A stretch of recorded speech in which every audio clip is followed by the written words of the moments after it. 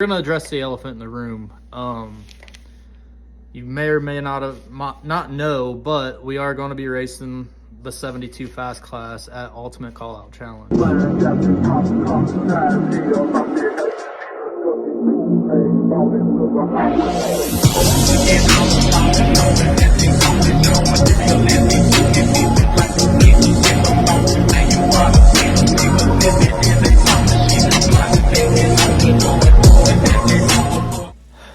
Well, here we are. Gonna give this YouTube thing a try. Always had a lot of people ask, when are you gonna do YouTube? You should do YouTube, yada yada yada. And honestly, I just don't have the time. I can already tell this video is gonna be time consuming for me to try to edit and make proper something people want to watch. But with that, we got a little. We're gonna address the elephant in the room. You may or may not know, but we are going to be racing the 72 fast class at Ultimate Callout Challenge. For those that don't know what the 72 fast class is, it's a $100,000 payout. You have a 6,000 pound minimum. You have to be on a factory ECM. No nitrous, so that means like we got to get rid of solenoids, bottles, lines, the whole 9 yards. Any suspensions allowed, and then obviously your truck has to have the proper certs for the speed you're going to be running, even though it is a no time instant green heads up race. Safety is still number one when it comes to any sort of racing. With that being said, we figured we would start our channel with our journey to 72 fast class.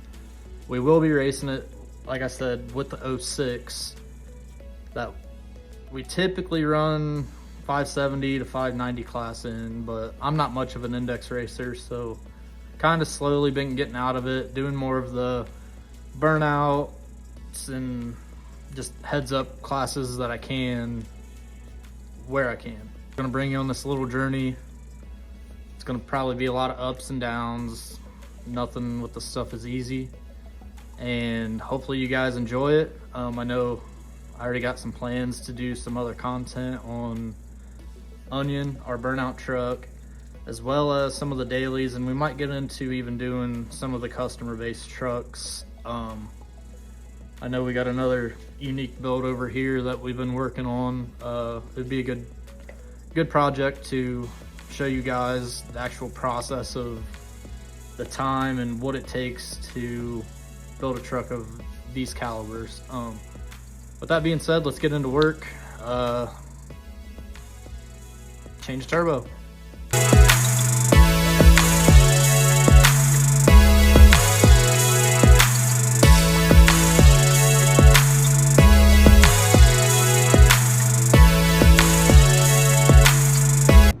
Alright, we got the turbo off. So as you can see, I'm running a dual gate T6 steed speed manifold. The 72 millimeter we got to put on is a T4. So rather than rebuilding the wastegate piping, try to leave this. We'll just have to cap off where all of our nitrous bungs are. We got an adapter. Here's our T6 to T4 adapter. I got it from Custom Fab. I think they're out of California. Pretty nice piece. Comes with studs, hardware. The only thing it didn't come with was gaskets, but we keep plenty of those around here. And then here's our 72. So it's a 72 89 101 T4. Which my only concern is it's smaller than the one that's on my daily, smaller than the one that's on the burnout truck, and this one, well, this truck has 400% and a 14 millimeter.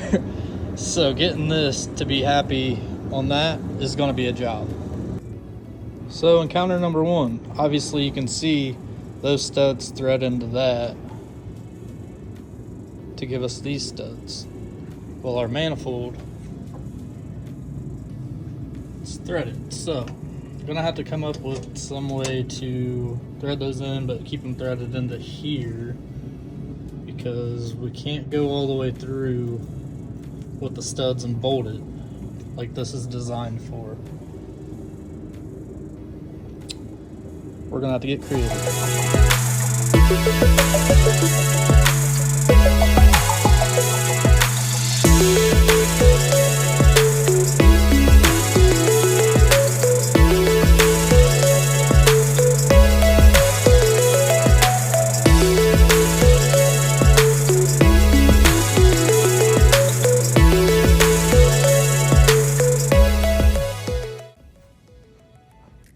Alright, we have the adapter plate on after 3 trips to the hardware store. Finally got it. So what I had to do was countersink these T6 bolts to where these were flush, and then now I can bolt up the turbo housing and everything should work as planned now. That was just a little setback for us right there. So let's get the turbo on.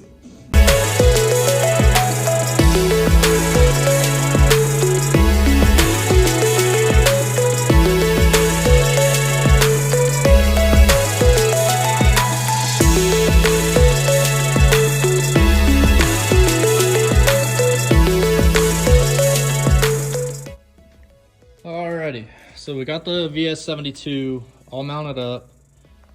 It only ended up pushing it out like a 1/4 inch the way that we did that, so we was able to reuse the intercooler pipe.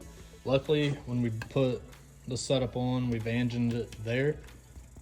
The only thing we are gonna have to do, obviously build the hood stack for it, and since we are reusing our intercooler pipe, we have these 5 nitrous jets that we have to take out and plug off. So once we get that nitrous out of there, plug those off, I want to clean up all this wiring mess. It's kind of been a nightmare ever since I bought the truck back in, I think it was 2018. I started messing with this thing. Anyways, we have the Tip'em relocation bracket. It's gonna stuff it up in the fender. I think we will have to make a mount for the ABS module. And then with the battery, my plan is to put the inside frame rail kind of behind the driver's seat, and then we'll run out terminals to where it's easy accessible to put jumper cables on. Because this thing hasn't got drove in a while, so batteries are probably gonna have to replace that guy. So we're about 75% charged. Let's go ahead and see if we can get this fired up and check for any leaks and see how mad she is.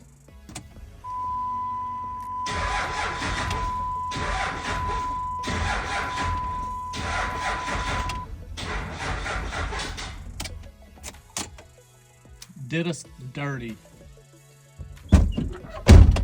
Let me put a different jump pack on it real quick. Take 2. By the way, we gotta figure out a better way to mount this nitrous controller. It does not want to stick. Got juice now, baby.